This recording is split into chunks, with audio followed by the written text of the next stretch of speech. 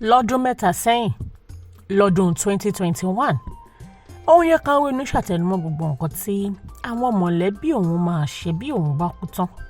Ó sọ àwọn ọ̀rọ̀ yìí, ó tẹnumọ́, ó là yékéyéké, ó fìdí ẹ̀ múlẹ̀, ó kọ sílẹ̀.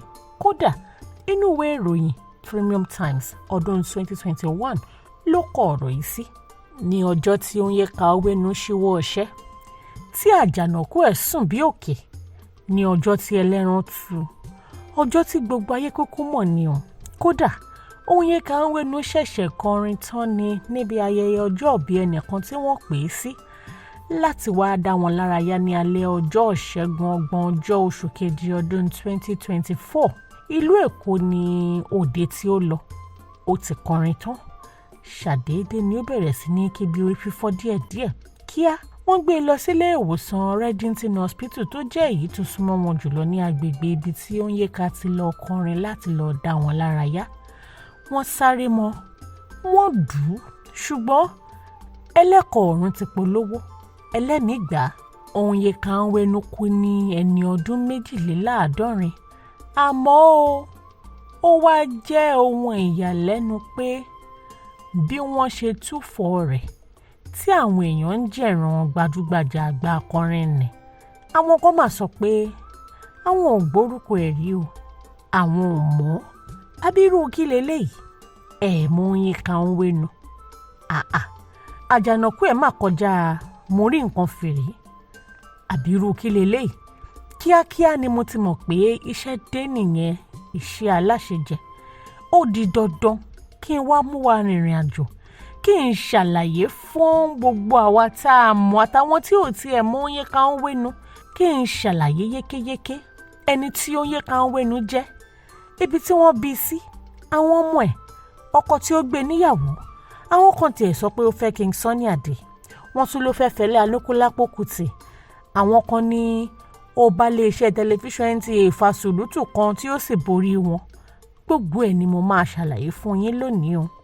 Ẹ mú kàlẹ̀ owó, ẹ mú kàlẹ̀ ọmọ, ẹ mú kàlẹ̀ àìkú baálẹ̀ ọ̀rọ̀. Dámilọ́lá Ayépọ́lá Ọlọ́run ṣẹ̀yẹ lórúkọ mi. Àáyá mi ti bẹ́ sílẹ̀ o, ó ti bẹ́ síṣẹ́. Ilọ́ ti yá, oníbodè àpòmù. Onyeka Onwenu tí ọ̀pọ̀lọpọ̀ mọ̀ sí The Elegant Stallion. Wọ́n bí sí Obosi, Anambra ní oṣù kínní ọdún 1952. Wọ́n bí sí ìdílé Dixon Onwenu tó jẹ́ olóṣèlú lórílẹ̀‐èdè Nàìjíríà kí orílẹ̀‐èdè yìí tó gba òmìnira. Ìyá rẹ̀ Hope Onwenu náà jẹ́ olórin. Dixon àti Hope Onwenu wọ́n tọ́ Onyeka dàgbà ní ìlú Port Harcourt nípínlẹ̀ Rivers. Ẹ má gbàgbé pé wọ́n tọ́ Onyeka Onwenu ní ìlú Port Harcourt ní. Àwọn ẹbí Onwenu ṣẹ̀ wá láti around Izwogu, ìlú ńlá kan ní Idiato North nípínlẹ̀ Imo tó wà ní ẹkùn gúúsù ìlà oòrùn Nàìjíríà. Wọ́n jẹ́ ọmọ bíbí ìpínlẹ̀ Imo, wọ́n bí sí ìpínlẹ̀ Anambra, wọ́n tọ́ nípínlẹ̀ Rivers. Onyeka Onwenu ni àbígbẹ̀yìn lóbìnrin nínú àwọn ọmọ tí àgbà ọ̀jẹ̀ lẹ́ka ètò ẹ̀kọ́ àti olóṣèlú ní DK Onwenu bí.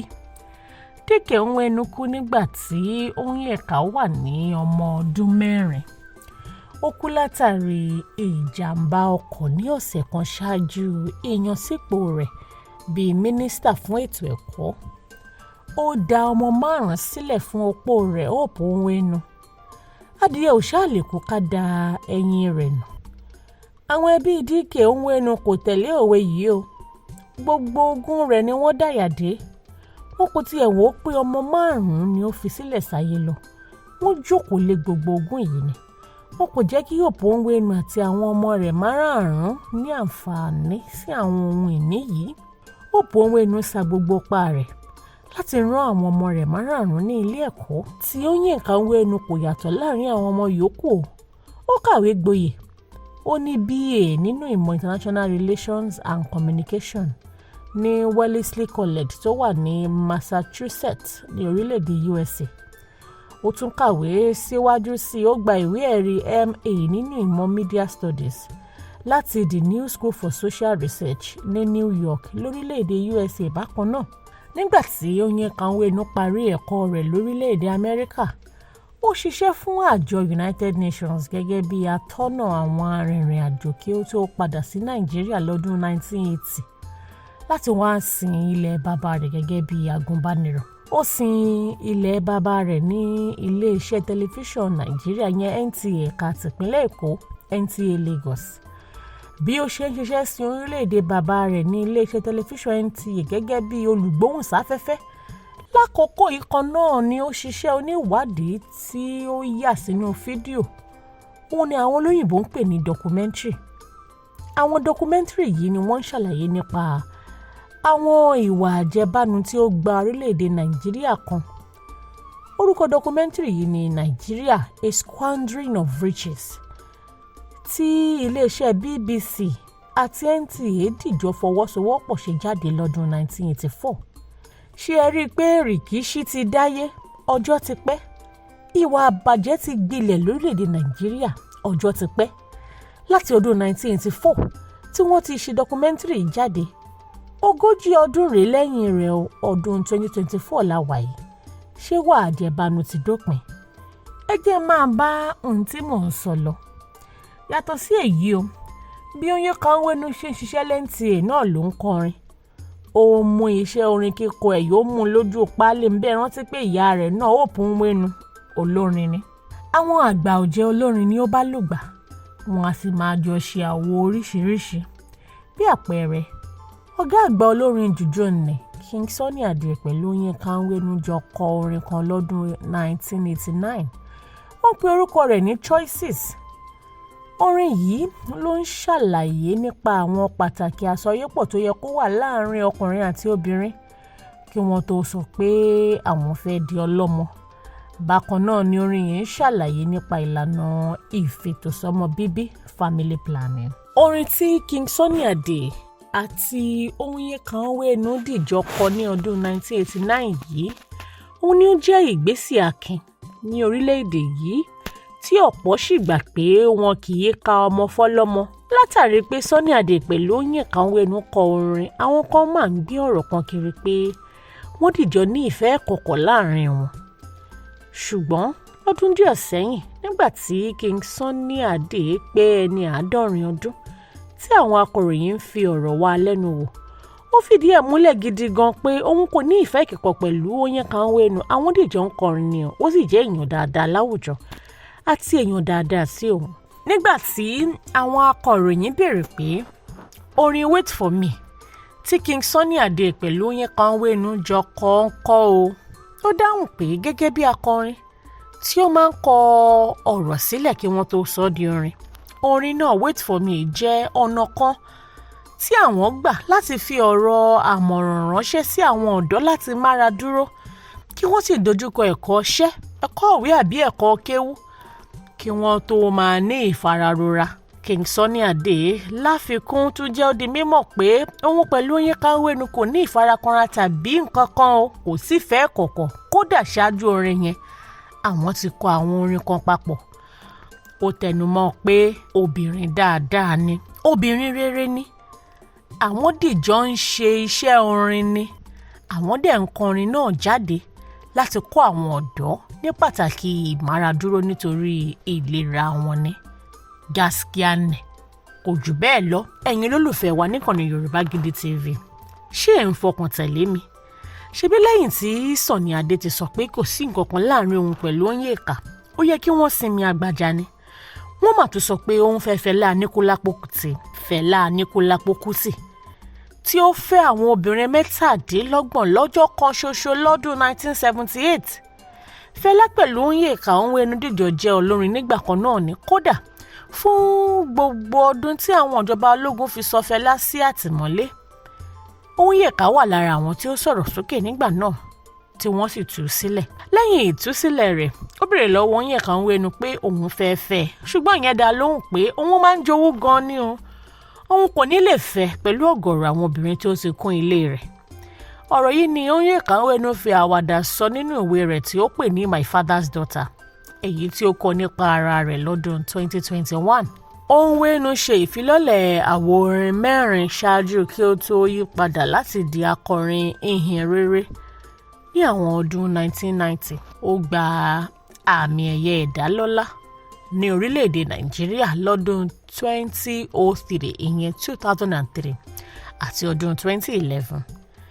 Onyeka Onwenu ní ìmúdánilójú ara ẹni bí obìnrin tí ó ní ìgboyà nígbà gbogbo, ṣùgbọ́n àwọn èèyàn a máa túmọ̀ rẹ̀ sí ìgbéraga. Ed Kiazo, òǹpìtàn àti agbẹjọ́rò kan tí ó mọ Onwenu fún bí 20 ọdún lé díẹ̀, tí ó sì tún ṣojú rẹ̀ ní ilé ẹjọ́ láàrin àwọn ọdún 1990, sọ pé àwọn èèyàn nígbà gbogbo ṣàpèjúwe rẹ̀ bí ẹnìkan tí ó jẹ́ ọmọ líle, ṣùgbọ́n òun yóò sọ pé kò rí bẹ́ẹ̀ rárá. Òun á ṣàpèjúwe gẹ́gẹ́ bí arábìnrin òun pàtàkì, ẹ̀gbọ́n òun pàtàkì lóbìnrin àti akọni ńlá. Àpẹẹrẹ pé Onyeka Onwenu máa ń dúró ṣinṣin lórí nǹkan tí ó bá gbàgbọ́ nínú rẹ̀. Ọ̀kan ni mo sọ ṣáájú yẹn pé ó sọ̀rọ̀ sókè nígbà tí ìjọba ológun fi Fela sẹ́wọ̀n. Ìkan tún wáyé ní oṣù keje ọdún 2000. Fún ọjọ́ 3, Onyeka ò jẹun, kò mọmi, kò wẹ̀. Ó dúró tẹpọ́n síwájú iléeṣẹ́ NTA tí ó gbà á síṣẹ́ látàrí pé wọ́n ń lo orin rẹ̀ yíyó gògo láì san owó royalty fún. Wọn ò sì tọrọ àṣẹ lọ́wọ́ rẹ̀. Lẹ́yìn ọjọ́ 3, wọ́n mà dá lóhùn, wọ́n fún lẹ́tọ̀ọ́ ẹ̀. Ní àwọn ọdún tí ó tẹ̀lé ìṣẹ̀lẹ̀ yìí, Onyeka Onwenu gbìyànjú láti di olóṣèlú. Ó gbégbá kánsẹ́lọ̀ lẹ́ẹ̀mejì ṣùgbọ́n kò wọlé nílùú wọn.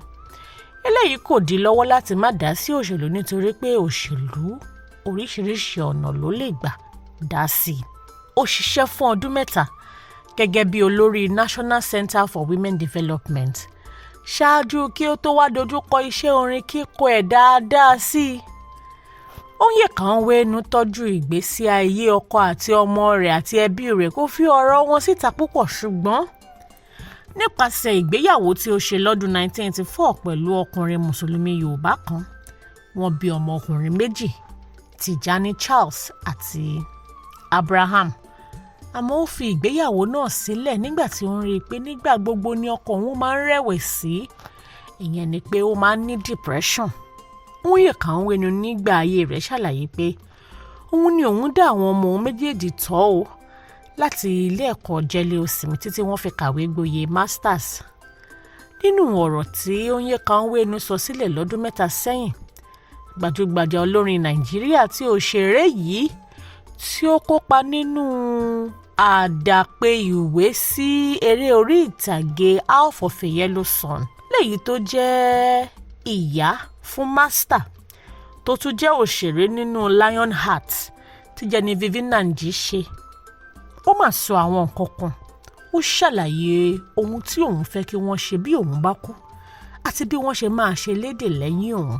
Gbajúgbajà olórin tí a mọ̀ fún ohun alágbára rẹ̀ àti bí ó ṣe jáfáfá, òun ni mo sọ ṣáájú pé ó kú lálẹ́ ọjọ́ Ìṣẹ́gun nílé ìwòsàn Reddington nípínlẹ̀ Èkó, ìyẹn 30 oṣù kejì ọdún 2024, lẹ́yìn tí ó ṣubú nígbà tó di orí mú kórí fóun níbi ayẹyẹ ọjọ́ bíi ìyáàfin Stella Okoli, nígbà tí ó ti kọrin tán láti dáwọn èèyàn lára yá. Onyeka Onwenu ní kí wọ́n sin òkú òun ní kíákíá, kí wọ́n ṣe ní ìdákẹ́jẹ́ pẹ̀lú àwọn mọ̀lẹ́bí. Onwenu tẹnumọ́ ọ̀rọ̀ yìí o nínú èròǹgbà ọkàn rẹ̀ tí ó kọ nínú ìwé ìròyìn Premium Times lọ́dún 2021. Ó tẹnumọ́ pé ìsìnkú òun ni kí wọ́n má ṣe pẹ̀lú afẹ́fẹ́ yẹyẹ kan tí ò wúlò. Ó rọ àwọn olólùfẹ́ òun láti ṣọ̀fọ̀ nítorí pé ohun tí ó tọ́ ni, ṣùgbọ́n kí wọ́n má jẹ́ kí ó pọ̀ jù o.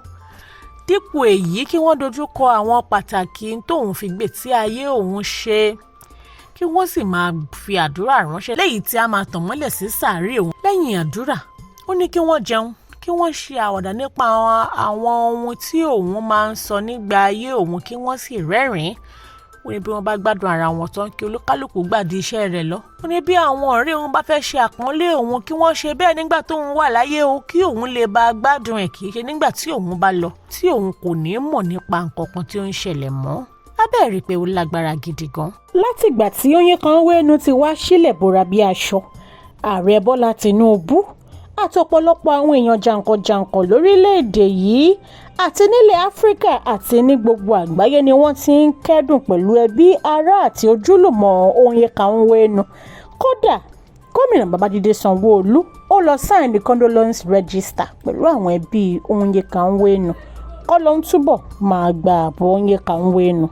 ààbọ̀ mi rèé o. Onyeka Onwenu, akọrin, òṣèré, ajàfẹ́tọ̀ọ́ ọmọnìyàn lápá abìkan, obìnrin onígboyà tí máa ń sọ̀rọ̀ sókè nígbà gbogbo tó yẹ kó sọ̀rọ̀. Ó dìgbà kan náà o. Kọ́ba òkè túbọ̀ máa gba ààbò ẹ̀. Ẹ̀yin olólùfẹ́ wa níkànnì Yorùbá Gidi TV, gẹ́gẹ́ bí ìṣe wa, àwa mọ rírì yín o, nítorí pé bá a bá ń wá bí, bá a bá ń bá yín, lọ́pọ̀ ọ̀gbàlẹ̀ máa ń wà ń bí, ní gbogbo ọ̀gbàlẹ̀ máa ń wà ń bí. Ó máa ń fi wá lọ́kàn balẹ̀ pé ìfẹ́ wa wà lọ́kàn yín. Ọlọ́run ò ní paná ọ̀fẹ́ àárín gbogbo wa. Àwa la máa wá, ẹ̀yin la máa bá. Dámilọ́lá Ayépọ̀lá Ọlọ́runṣẹ̀yẹ lórúkọ mi. Ẹ like, ẹ share, ẹ comment, ẹ subscribe. Ó dìgbà kan náà. Èwe ń jẹ́, ègbò ń jẹ́, ìṣẹ̀ṣẹ̀ ń bẹ síbẹ̀ gidigidi. Èwe ń jẹ́, ègbò ń jẹ́, àwọn tọ́lọ́run fi ránṣẹ́ wá síbẹ̀. Lóòótọ́ wí bẹ́ẹ̀ jẹ́ bẹ́ẹ̀ tọ́lọ́run ọba ni. Ẹ wá wá àwọn tọ́lọ́run fi àṣírí ewé àtegbò lé lọ́wọ́. OEA herbs and shrub spices ni wọ́n ń jẹ́. Ilé-iṣẹ́ tó fìlànà ìgbàlódé ṣàgbékalẹ̀ ògùn ìbílẹ̀ tí yóò dùn lò fún gbogbo èèyàn láti ṣètọ́jú onírúurú àìsàn àtàrùn tí ń bá ní jàlágò ara. Ọ̀gọ̀rọ̀ èèyàn tó ń sunkún dọ́dọ̀ wọn ló ń rẹ́rìn ayọ̀ dúpẹ́ báyìí o. OEA herbs and shrub spices ni yóò fi wí àtegbò ṣètọ́jú àìsàn jẹjẹrẹ tá a mọ̀ sí cancer, ìtọ̀ ṣúgà, diabetes, hepatitis, àìsàn ẹ̀jẹ̀ ríru tá a mọ̀ sí hypertension, àìsàn rọpárọsẹ̀ tí ń dáni gúnlẹ̀ tá a mọ̀ sí stroke.